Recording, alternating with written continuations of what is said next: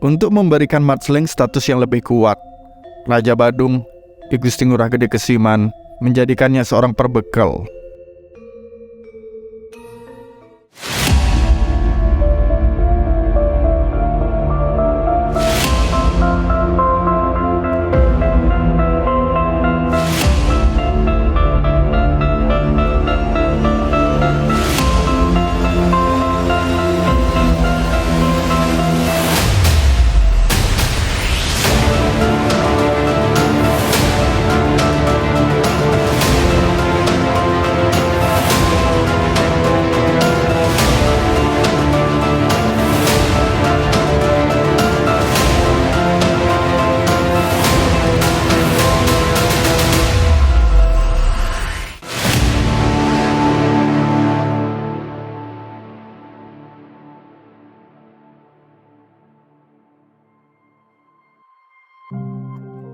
Matsling adalah seorang petualang Eropa yang berasal dari Denmark.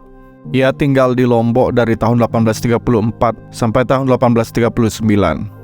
Setelah itu dia pindah ke Kuta dan menghabiskan sisa hidupnya di sana sampai tahun 1856. Kehadirannya di Bali bertepatan dengan upaya Belanda mengambil alih kendali atas Pulau Bali. Matsling memainkan peran yang penting pada masa awal ekspansi kolonial di Pulau Bali. Pada awalnya, Ling adalah seorang pedagang yang membangun pabriknya di Kuta. Selanjutnya, dia menjadi informan penting bagi Belanda dan raja-raja di Bali Selatan. Pabriknya menjadi semacam tempat pertemuan netral antara Belanda dan Bali Selatan.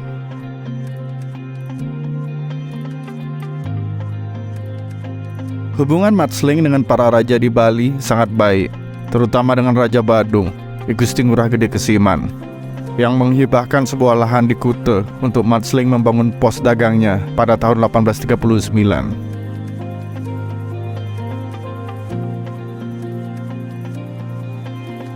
Di Kerajaan Badung terdapat 3 kelompok keturunan kerajaan yang bersaing untuk mendapatkan kekuasaan, yaitu Puri Pemecutan, Puri Denpasar, dan Puri Kesiman. Tampaknya selama tahun 1830-an, Puri Kesiman yang terkuat dan memimpin Kerajaan Badung. Terbukti saat utusan perusahaan dagang Belanda datang ke Bali untuk mencari lokasi yang cocok digunakan sebagai pabrik di Bali atau di Lombok. I Gusti Ngurah Gede Kesimanlah yang paling bersemangat, serta mengundang utusan perusahaan tersebut untuk menetap di Kuta di bawah perlindungannya. Raja Badung pada saat itu tampaknya sangat cakap dalam hal perdagangan.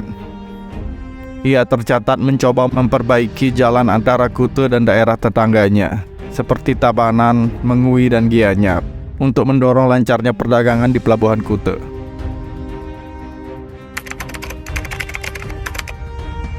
Raja Kesiman digambarkan berambut panjang, tergerai, tinggi, tegak, dan gemuk, selalu dipayungi oleh sebuah payung emas atau tedung emas.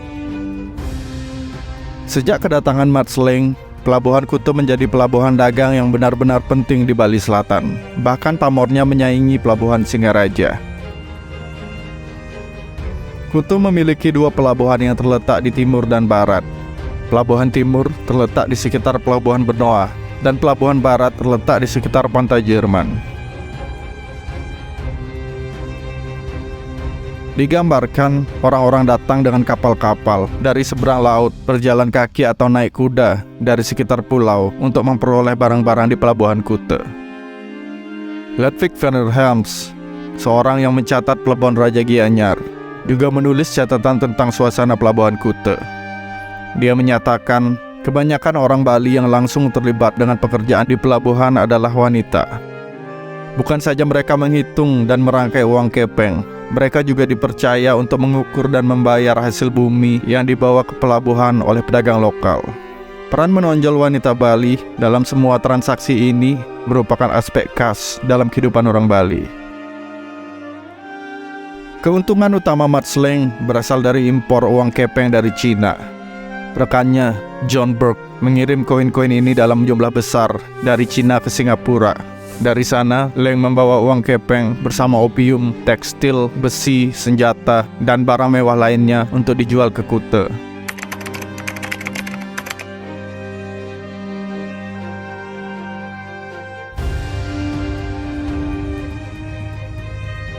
Ludwig Werner Helms yang bekerja selama 2 tahun di pabrik Kute menulis bahwa antara tahun 1847 dan 1849 kapal dengan muatan uang kepeng sangat sering memasuki pelabuhan Kute.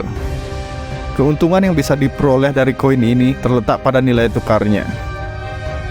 Selama tahun 1840-an, kurs beli di Cina sekitar 1.400 kepeng per dolar, sedangkan kurs jual di Badung adalah 700 kepeng per dolar. Ini berarti Leng mendapat keuntungan sebesar 100% dalam perdagangan uang kepeng di Bali.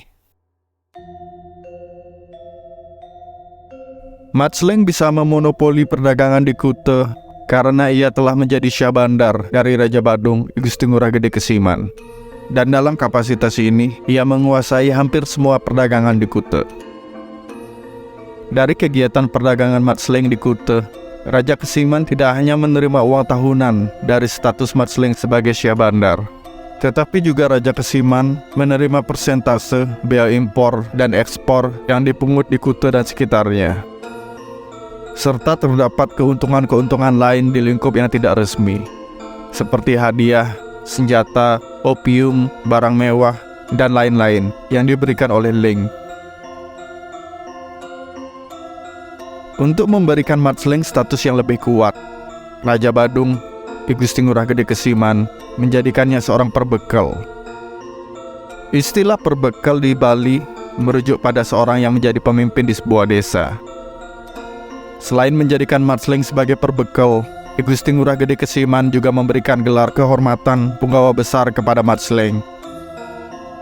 Terdapat hubungan saling menguntungkan yang dilakukan oleh Raja Badung dan Mats Leng. Ki Gusti Ngurah Gede Kesiman mendapat sumber daya untuk memperkuat status politiknya. Di lain pihak, Mats Leng mendapat otoritas tinggi untuk mengatur perdagangan di Kute. Kita pasti bertanya-tanya, bagaimana seorang petualang Eropa dan raja di Bali berkomunikasi untuk menjalin hubungan yang baik? Dalam catatan yang berhasil saya temukan, tertulis bahwa Raja Kesiman sedikit bisa menggunakan bahasa Melayu.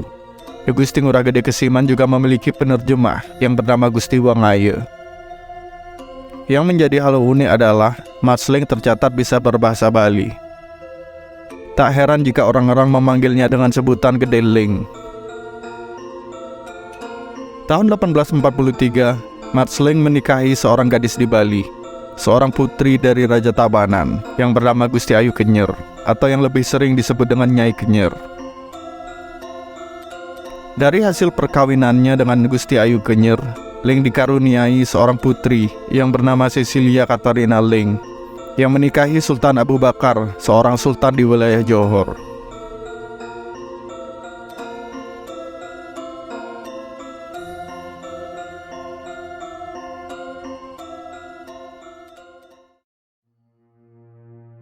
Pada bulan Mei tahun 1856, tepat sebelum Leng meninggalkan Bali menuju Denmark, Mats Leng ditemukan tidak bernyawa.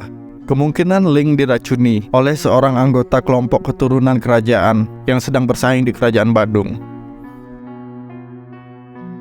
Mats Leng menjelma menjadi sosok yang sangat penting bagi sejarah Pulau Bali dan khususnya wilayah Kute. Selain menjadi warga asing yang pertama kali mendapat predikat perbekal, nama Mats Leng juga kini diabadikan sebagai nama jalan di Kute dengan sebutan Jalan Tuan Leng.